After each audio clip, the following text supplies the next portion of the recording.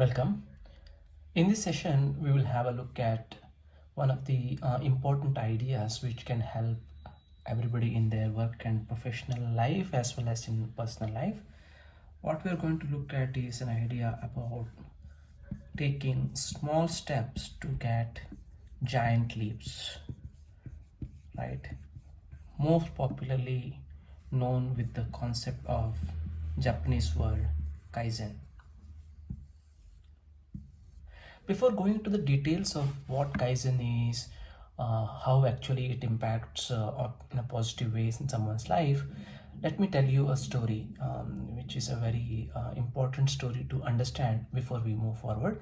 First, we will go to the story and then we will go through what we need to do to take the benefits of these small steps in every walk of life, be it professional or personal, and how we actually apply and get the benefits through different stories we can learn from. Okay, so let's do that in two parts. First one, we'll go to the story and understand Kaizen first, number one, and number two, we'll go through the details on how to apply, and through some stories we will understand how we can benefit. In 1940, Nazi Germany invaded or occupied France. It was World War II time, right? That time, the Allied forces, America, Britain, etc., had to do certain drastic improvements in their strategies of war, right? Because otherwise they would lose the war. So they had to manufacture quality equipments, technology. They had to make it a lot quicker through improvement in productivity. So much they had to do in a very quick time, and this is when all the innovation, new technologies, new stuff, new innovation comes forward, right? So that time the American government started a team of people. They called this entire organization as TWI, called Training Within Industries. Training Within Industries. This was headed by, or concept within industries, sorry, is headed by Dr. Deming. Basically, their main focus was on three things through this particular institution. What they did was they were focusing on one, continuous improvements.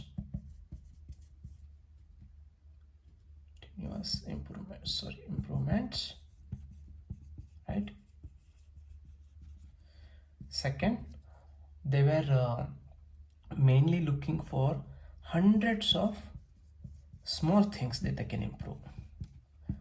They were not targeting for big things they can do, but the smallest things they can improve. Hundreds of small, even if it's a little improvement, smaller things. Okay, and they also were involving every employee of the organization, of that manufacturing plant or whatever.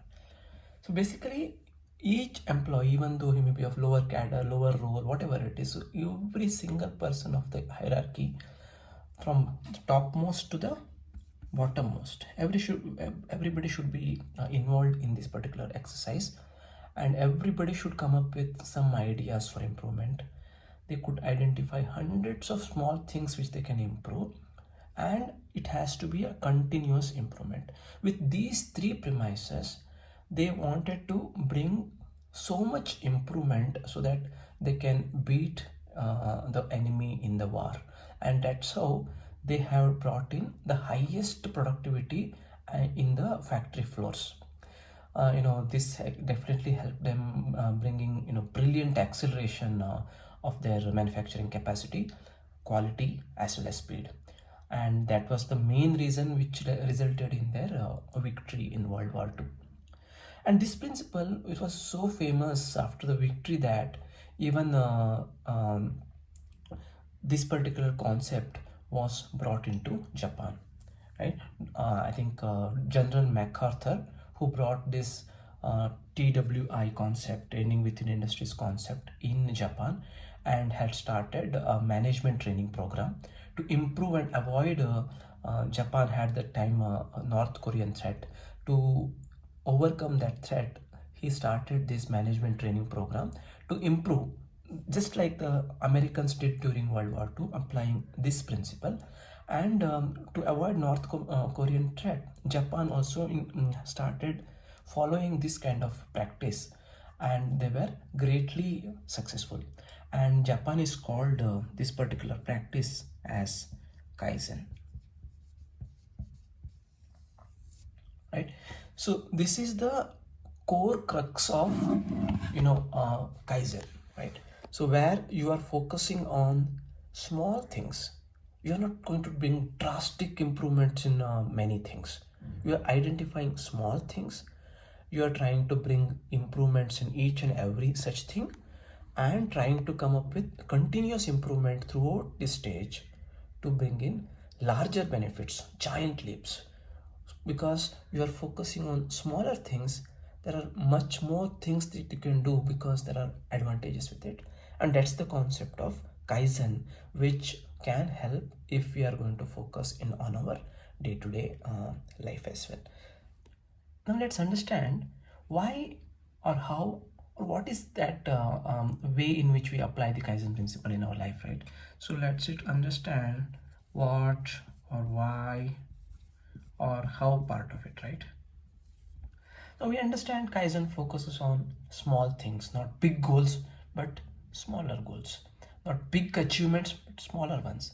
Not big steps, but smaller steps. Not big set of actions, smaller actions. Not solving a big problem at once, but breaking it into smaller problems. You see, all such things, how exactly it works or why exactly it works, can we understand from a few examples? Let's see. Okay, so now the key point here is that since you are focusing on smaller steps, the reason why this works is small steps are not noticeable. We hardly see any change in the very short term, but over a period of time, when we do it continuously, smaller things becomes a bigger result yielding step. Everybody knows this, but we fail to apply it continuously. The best example we can see is not noticeable. This is the reason. One example, let's consider, if you have not heard about it, it's called boiling frog syndrome. So basically what it says is, let's say if you put a water in the pan and put a frog in it and boil it, right? What happens is, frog doesn't notice that the water is boiling, and it can cause harm to it because it is boiling very slowly. I mean, it hardly feels any difference. I mean, a little temperature difference in the water, it doesn't feel. And when you continue to boil it, it will see a little bit more warmer, little bit more warmer, little bit warmer. It was just a little more before, a little bit more warmer than just before. So it doesn't notice the small changes happening in the water. But after a while, the water is boiling so much and it's so hot, so hot, and it is going to kill the frog. Even then, the frog doesn't realize, and eventually it dies, right? So that is the boiling frog, which it doesn't really understand that something is happening because the changes that was happening was so small. So that's what happens when the changes are happening so small, but they are happening very continuously.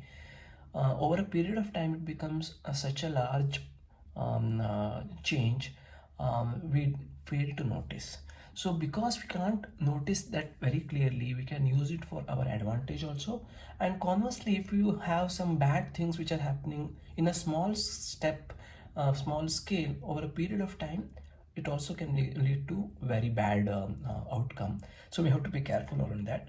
So similarly, how to apply these small steps, right? Let's take you are trying to improve health. Let's take an example of push-ups. Say you can do only, say, 10 push-ups or 20 push-ups, right? If you want to increase it to, say, 50 push-ups you want to do every day, suddenly targeting 50 becomes very difficult. But if you target for one more, so if you are able to do 10, if you do the next day just one more, right? 10 to 11, it's just one more, you hardly notice any difference. After you are done with 10, you just do one more. The next day you could do 12, right? Next day or 2-3 days later, whenever you are comfortable, you can do one more. That change from 11 to 12 is just one, and then 12 to 13 is just one. If you're doing able to do it already 20 to 21 is just one. So that change is so tiny, you probably will be able to do, and following day you can do, or following week you can do 22, and you go on. So the change, if you're making it so small, it becomes very unnoticeable small step. However, over a period of time, it becomes a big one. Same thing, this is on the health side I mentioned, and we all know on the financial side also, right? You know, the power of SIPs and the compounding. You would put some small amounts of money in mutual funds or FDs or whatever that may be, in an SIP mode where you continuously invest every month, small amounts, but you do it continuously over a period of time. It just adds up, and interest adds up on every month, every year, and it becomes a big corpus towards the end of many years. So the small steps are so tiny, you are not even noticing it as a big one, but over a period of time it creates a bigger impact. So that was the first point, that small steps are not noticeable, right? The second point over here is, let me just rub it off first.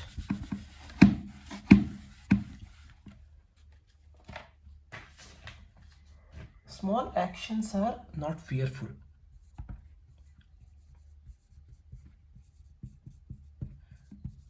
Are not fearful. So we tend to take such actions. If you target something too big, it is going to be so daunting that your first step itself will fail. You might have seen such forwards in your WhatsApp or somewhere. If the step had such staircase, it's not easy for anybody to climb, right? You cannot climb such a book. But if it is very small steps, right?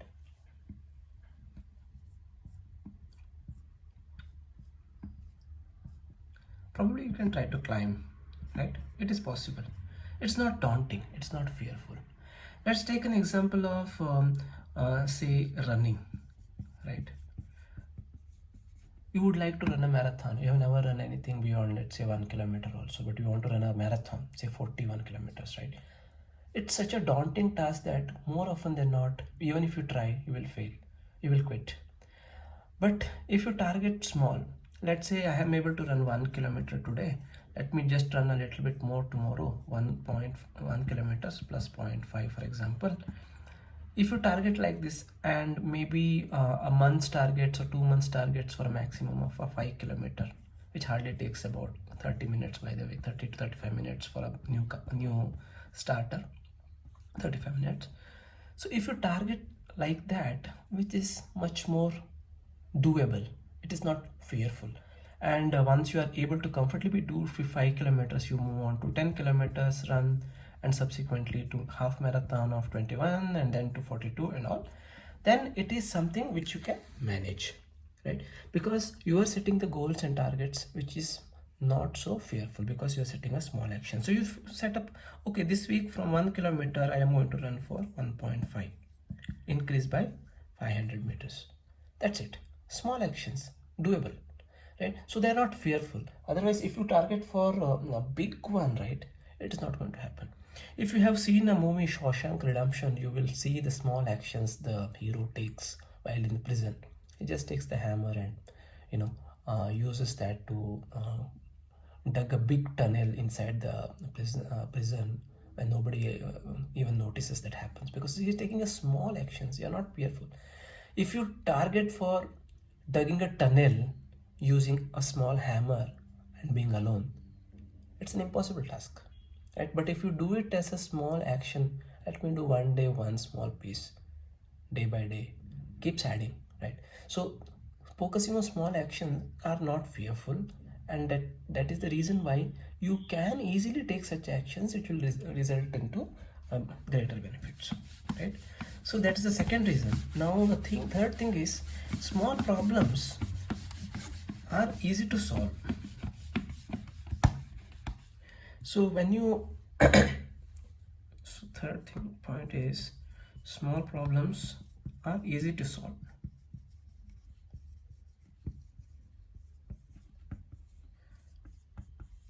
If you have a big problem and try to attack everything, it becomes very difficult.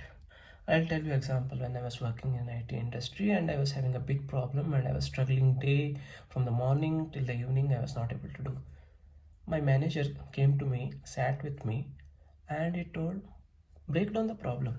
You are trying to attack the problem this big, break it down into smaller problems and try to attack this. And if you're not able to solve this, try to attack by splitting into smaller problems. In this one, attack this. So if you reduce the problem size to a smaller one and attack one by one and get it done with, then it becomes a lot easier to solve. So that way, if you try to break the problem into smaller ones, it becomes easy to solve and manageable, right? So similarly, we can go on. So the small considering anything in a small perspective, not in a big perspective, has to ask small questions, right? This can lead to better insights instead of targeting for a big one. Let me give you one story. I have read it in, I think, one of the books. I forget the name. I think one small step can change your life. So in that, I think the author says one incident in one airline. I think air hostess she figured out by noticing or asking a small question or observing a small point, right? So what used to happen was, air hostess observed olives in salad were getting wasted by customers. You know, she observed that whenever she was serving, most of the people would waste that. So, because of that reason, because of the inputs she observed and gave it to the management, airlines started ordering one less salad. Instead of five, they started ordering four salads. Okay, because they could manage the salads quantity, because most of the olives were getting wasted, so they could take it out and they could change the quantity required. So they started ordering instead of five, four orders, right? And as it turns out, they were paying for the salads in the range of 1 to 4 one bracket and 5 to 8 as another range. And the cost difference between these two brackets was so much that for 1 year they were able to save $500K per year, just because of ordering one salad less instead of five, four. And why this came up? Because she asked small questions. Why, and so you also not only just asked questions, she also observed a small thing, right? Small thing that olives are getting wasted, and she reported that to the management. And because of the small questions, what can we do? Because of small question and observation, they could save $500,000 per year. So asking such small questions is not only just questions, right? Also, there are things you can do on small rewards. When you achieve some goal for yourself or for others, patting your back yourself with a small reward, so that positive feedback goes in for more constructive outcome going forward. Or it could also be that you can enjoy the small moments, right? Just imagine if you are enjoying life to the fullest. You do not need to have big moments of success or anything in a day. You can spend some few moments of pure enjoyment, right? And those moments carry a lot of meaning to well-being and success of anybody. So you can think about having small moments of glory within your family or with friends. It's a small moments of moments to remember. So if you think all your perspective not on the big picture right away, but instead focus on a smaller things, small moments, small rewards, small questions, small observations, small problems to solve, small actions to take, small steps to resolve, That could be one mental model or idea to get ahead in life using the Kaizen principle, and it has to be continuous. Let's keep that in mind, because if you take a small problem to solve and just keep it at that, nothing will happen. It has to be continuous improvements, continuous actions of those smaller actions to yield a lot benefits. Okay, because as we all know, the 1,000 miles journey starts with the first step, as I think it was said by Lao Tzu. And that's true, right? I mean, it has to start with somewhere, and you have to take, not starting with the one full mile, but with the smaller actions and even the small improvements, right? Even a 1% improvement per day. I think it was James Clear in Atomic Habits. He says, 1.01 is to 365. It reads almost like 37 times improvement, right? This is a significantly large improvement, right? And you might have also heard about saying that a wise man, Charlie Munger, says that you have to go to bed every day a little bit wiser than the day before. Smaller improvements every day leads to, much larger improvements later. Little improvements every day. Go to bed a little bit wiser than the day before. So if you apply all of this, I'm sure you focus on smaller improvements regularly, which can bring in a lot of good benefits in the professional as well as in the personal life. I hope that idea was useful and you apply in your context. Thank you.